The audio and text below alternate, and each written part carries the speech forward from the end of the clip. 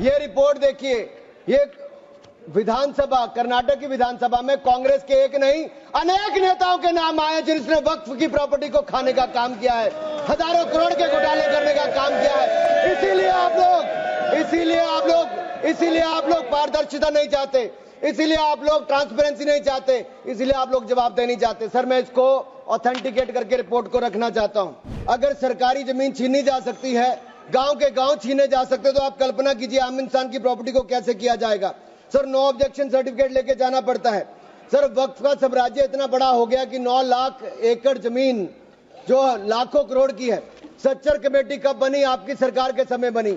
2006 में उसकी रिपोर्ट आई। आप क्यों हाथ पे हाथ धर के बैठे रहे? क्यों बैठे रहे? उन्होंने कहा था कि साल का 12,000 करोड़ रुपए की आमदन हो सकती है। पिछले 20 सालों में 2.5 लाख करोड़ रुपए की आमदन हो गई होती। आमदन होती तो मुस्लिम महिलाओं का, बच्चों का और मुस्लिम समुदाय का भला हुआ होता, लेकिन कांग्रेस पार्टी ने भला कभी चाह ही नहीं मुस्लिम समुदाय का।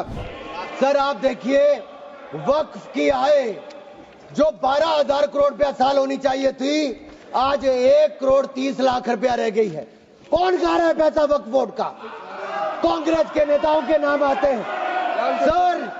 सर, यही नहीं, पश्चिम बंगाल में 1100 करोड़ रुपए का, तमिलनाडु में 2000 करोड़ रुपए का, महाराष्ट्र में हजारों करोड़ रुपए के घोटाले हुए।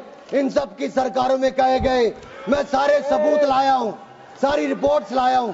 आपका अनुरोध करता हूं सर कि सारे के सारे ऑथेंटिकेट करके मुझे रखने का मौका दिया जाए।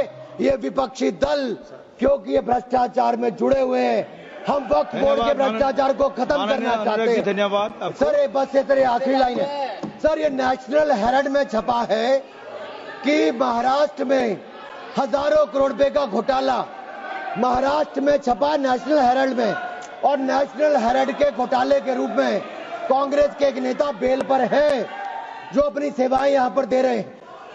उसी नेशनल हेराल्ड में लिखा गया है ये कांग्रेस तंत्र का वो बंदर है जहां रोटी के बंटवारे के नाम पर ये सारी रोटियां खा जाते हैं। सर, ये मंदिरों की जमीन संपत्ति के नाम, ये विशेष कानून इसके लिए क्यों नहीं है सर?